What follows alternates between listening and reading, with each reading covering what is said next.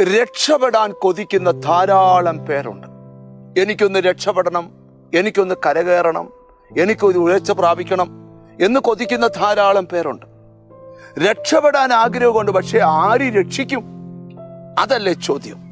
ആ ചോദ്യത്തിന് ഉത്തരമാണ് ഇന്നത്തെ ആത്മീക സന്ദേശം. എബ്രായർക്ക് എഴുതിയ ലേഖനം 7-ാം അധ്യായത്തിന്റെ 25-ാമത്തെ വാക്യം. അതുകൊണ്ട് താൻ മുഖാന്തരം ദൈവത്തോട് അടുക്കുന്നവർക്ക് വേണ്ടി പക്ഷപാതം ചെയ്യാൻ സദാ ജീവിച്ചിരിക്കാൻ അവരെ പൂർണ്ണമായി രക്ഷിപ്പാൻ അവൻ പ്രാപ്തനാകുന്നു. ഒന്ന് രക്ഷപ്പെടാൻ കൊതിച്ചിട്ട് ഒരു തരത്തിലും രക്ഷപ്പെടാൻ കഴിയാതെ വ്യാകുലപ്പെടുന്ന നിന്നോടാണ് സന്ദേശം. നിന്നെ രക്ഷിക്കാൻ കഴിയുന്ന ഒരാളുണ്ട്. യെശയ്യാ പ്രവചനം 59-ാം അധ്യായം 1-ാമത്തെ വാക്യം നമ്മൾ പഠിക്കുമ്പോൾ, രക്ഷിപ്പാൻ കഴിയാതെ വണ്ണം യഹോവയുടെ കൈ കുറിയിട്ടില്ല, കേൾപ്പാൻ കഴിയാതെ വണ്ണം അവന്റെ ചെവി മന്ദമായിട്ടില്ല. അപ്പൊ ചോദ്യം, എന്തുകൊണ്ടാണ് ദൈവം രക്ഷിക്കാത്തത്? ബൈബിൾ പറയാം, നിന്റെ അകൃത്യമത്രേ, നിന്റെ പാപമത്രേ നിന്നെയും നിന്റെ ദൈവത്തെയും തമ്മിൽ ഭിന്നിപ്പിക്കുന്നത്. പാപം നിന്റെ ജീവിതത്തെ, ദൈവത്തിൽ നിന്നുള്ള ബന്ധത്തെ തകർത്ത് കളയുന്നതാണെങ്കിൽ ആ പാപ സ്വഭാവത്തെ നീ ജയിച്ചേ പറ്റത്തുള്ളൂ. ദൈവത്തിന്റെ വചനം നമ്മെ പഠിപ്പിക്കുന്നത്, ലംഘനം മറച്ചു വെക്കുന്നവന് ശുഭം വരികയില്ല, ഏറ്റുപറഞ്ഞ് ഉപേക്ഷിച്ചാൽ അവന് കരുണ ലഭിക്കും. ഇവിടെ ദൈവത്തിന് മാത്രമേ ഒരു മനുഷ്യനെ രക്ഷിക്കാൻ കഴിയത്തുള്ളൂ.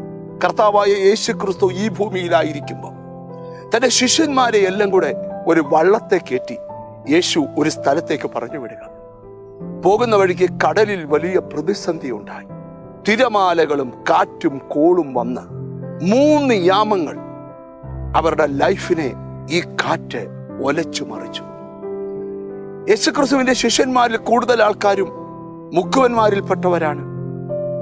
അവർക്ക് കടലറിയാം, കടലിന്റെ രീതി അറിയാം, കടൽക്കാറ്ററിയാം, കടലിന്റെ സ്വഭാവം അറിയാം.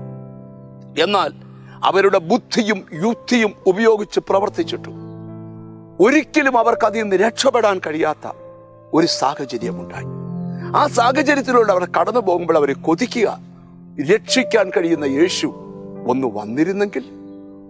ഈ മെസ്സേജ് കേട്ടുകൊണ്ടിരിക്കുമ്പോൾ ആർക്കും രക്ഷിക്കാൻ കഴിയാത്ത സാഹചര്യം, ആർക്കും നിയന്ത്രിക്കാൻ കഴിയാത്ത പ്രതിബന്ധം, ഒന്നിനു പുറകെ ഒന്നായി നിന്റെ ജീവിതത്തെ വേട്ടയാടുന്ന അന്ധകാര പൈശാചിക ദുഷ്ടശക്തിയുടെ വ്യാപാരങ്ങൾ നിന്റെ ലൈഫിനെ ഉലച്ചു മറിക്കുമ്പോൾ ചോദ്യം, ആര് രക്ഷിക്കും? അവർ പ്രതീക്ഷയോടെ കാത്തിരിക്കുമ്പോൾ രാത്രിയുടെ 4-ാം യാമത്തിൽ അവരെന്ത് ആഗ്രഹിച്ചോ, എന്ത് ചോദിച്ചോ, എന്ത് പ്രാർത്ഥിച്ചോ, ആ രക്ഷകൻ ആ പ്രതിസന്ധിക്ക് നടുവിലൂടെ കടന്നു വരികയാണ്. ദൂരെ എന്നവർ കണ്ടു. അവർക്ക് ആദ്യം യേശുവാണെന്ന് തിരിച്ചറിയാൻ കഴിയില്ല. പക്ഷെ അല്പം മുന്നോട്ട് വന്നപ്പോൾ അവർക്ക് മനസ്സിലായി യേശുവാണെന്ന്. യേശു നിൽക്കുന്ന കടല് ശാന്തവും അവരുടെ വള്ളം നിൽക്കുന്ന കടല് കാറ്റിനാൽ ഇളകി മറിയുകയും. പത്രോസ് കർത്താവിനോട് ചോദിക്കുക, കർത്താവേ, അങ്ങനെയാണെങ്കിൽ ഞാൻ അങ്ങോട്ട് വരട്ടെ. യേശുവിന്റെ പ്രത്യേകത, വിശ്വാസത്തിന്റെ ഒരു സ്റ്റെപ്പ് എടുക്കാൻ ആര് തയ്യാറാകുന്നു അവനോട് ദൈവത്തിന്റെ മറുപടി ഏസെന്ന. യേശു പറയാ, വരിക. പറഞ്ഞ വാക്ക് വിശ്വസിച്ച് അവൻ മുന്നോട്ട് സ്റ്റെപ്പ് എടുത്തു. 1-2 സ്റ്റെപ്പുകൾ എടുത്തപ്പോൾ പെട്ടെന്ന് അവന്റെ ചിന്ത സാഹചര്യങ്ങളിലേക്ക് വഴുതി വീണു. കടലല്ലേ, കാറ്റല്ലേ, ഓളമല്ലേ, എന്ത് സംഭവിക്കും? ഇത് ചിന്തിച്ചു കൊണ്ടിരിക്കുമ്പോൾ അവൻ താഴേക്ക് താണു. ഇവിടെ നിങ്ങൾ ശ്രദ്ധിച്ചേ, 11 പേർ വള്ളത്തിൽ, വിശ്വാസത്തിന്റെ സ്റ്റെപ്പ് എടുത്തവൻ കടലിൽ നിൽക്കുന്നു. യേശുക്രിസ്തു 4-ാം യാമത്തിൽ കടലിന്റെ മുകളിൽ. 11 പേരും മനസ്സിൽ പറഞ്ഞു കാണും, ഇങ്ങനൊരു സ്റ്റെപ്പ് വേണ്ടായിരുന്നു. ഇവനും ചിന്തിച്ചു കാണും, ഇങ്ങനൊരു സ്റ്റെപ്പ് വേണ്ടായിരുന്നു. പെട്ടെന്ന് ചിന്തിച്ചു കൊണ്ടിരിക്കുമ്പോൾ കടലിന്റെ ആഴത്തിലേക്ക് അവൻ ആഴാൻ തുടങ്ങുമ്പോൾ അവൻ വിളിക്കുക, യേശുവേ രക്ഷിക്കണേ.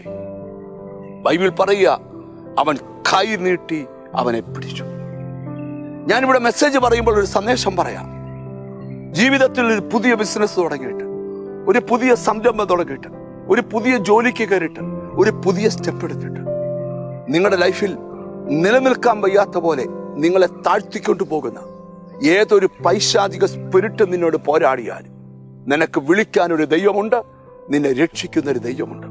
പത്രോസ് യേശുവെ രക്ഷിക്കണമേ എന്ന് നിലവിളിക്കുമ്പോൾ അവൻ കൈ നീട്ടി അവനെ പിടിച്ചു. ആ താന്നുപോയ അവസ്ഥയിൽ നിന്ന് യേശു അവനെ ഉയർത്തി. അവനെയും കൊണ്ട് നേരെ യേശു വള്ളത്തിലേക്ക് പോകുകയാണ്. ഇവിടെ മനസ്സിലാക്കേണ്ട ഒരു കാര്യം, നീ ഒരു സ്റ്റെപ്പ് എടുത്തത് നിമിത്തം, നീ ഇല്ലായ്മപ്പെട്ടു എന്ന് പറഞ്ഞവരുടെ മുമ്പിൽ നീയും യേശുവും ഒന്നിച്ച് ആ പ്രതിസന്ധി പറഞ്ഞ് പരത്തിയവരുടെ മുമ്പിലേക്ക് ചെല്ലുന്ന ഒരു നിമിഷം ഓർക്ക്. രക്ഷിക്കുന്ന ദൈവം, എബ്രായ ലേഖനകർത്താവ് പറയുക, അവൻ പൂർണ്ണമായി രക്ഷിപ്പാൻ പ്രാപ്തനാണ്. ഈ ദിവസങ്ങളിൽ വചനം കേൾക്കുന്നവരോട് പറയാം, യേശു നിന്നെ പൂർണ്ണമായി രക്ഷിക്കും. നിനക്ക് പോലും വിശ്വസിക്കാൻ പറ്റാത്ത അളവിൽ നിന്നെ രക്ഷിച്ച് കരകയറ്റാൻ യേശു ശക്തനാണ്. ഈ വചനം കേട്ടുകൊണ്ടിരിക്കുമ്പോൾ ആ രക്ഷിക്കുന്ന യേശുവിനോട് പ്രാർത്ഥിക്കുന്ന, കർത്താവേ എന്നെ രക്ഷിക്കണം, എന്നെ രക്ഷിക്കണം. നിന്നെ ദൈവം രക്ഷിക്കും, നീ രക്ഷപ്പെടും, നിനക്ക് നല്ല ഭാവിയുണ്ട്. God bless you.